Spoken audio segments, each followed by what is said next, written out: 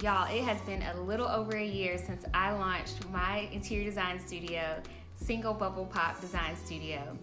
So in March 2018, I launched the company, and I'm recording this video in May of 2019. So depending on when you're watching this, it's been a little over a year since I launched my company.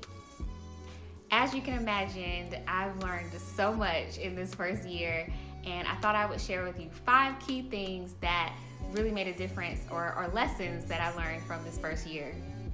I think when we start something new, we think that we're starting with a clean slate, but your integrity in your last job really comes before you in whatever you're starting. And I learned that early on when I was interacting with new clients.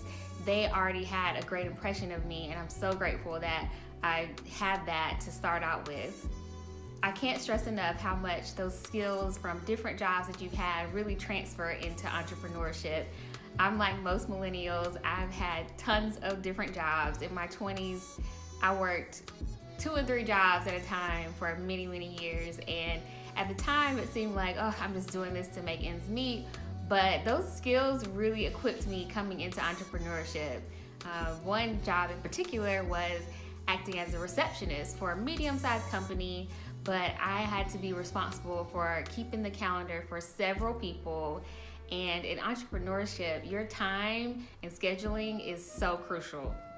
The third thing I learned was I had to think outside the box. When I got started, I was kind of following the business model of other designers that I saw. I was offering full service design, paid consultations, and e-design, which I thought was gonna be something I would enjoy. But I did a few and I realized not only did I not enjoy it, I just didn't feel like I was bringing the best value to those clients. And so I made a choice to take that away. But what I found was that, especially in the Triangle area, there's a great need for apartments. So I created a turnkey apartment service that caters to apartment dwellers, apartment residents, and really serve that clientele in a great way.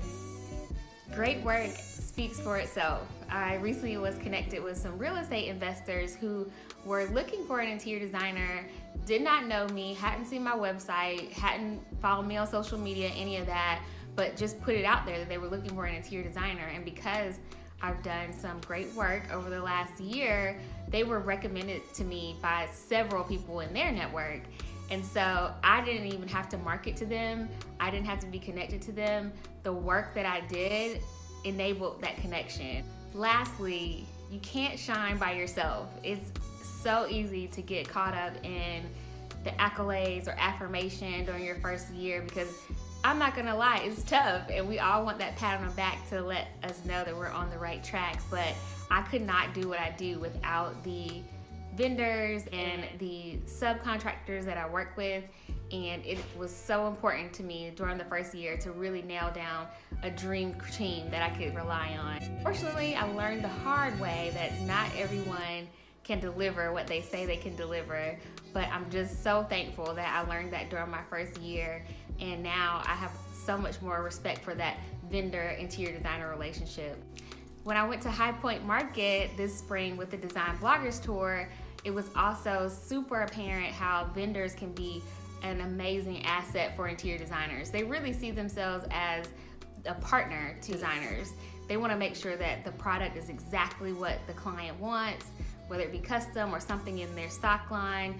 They want to make sure that it gets to you on time, not damaged, and is delivered to the client in the best way.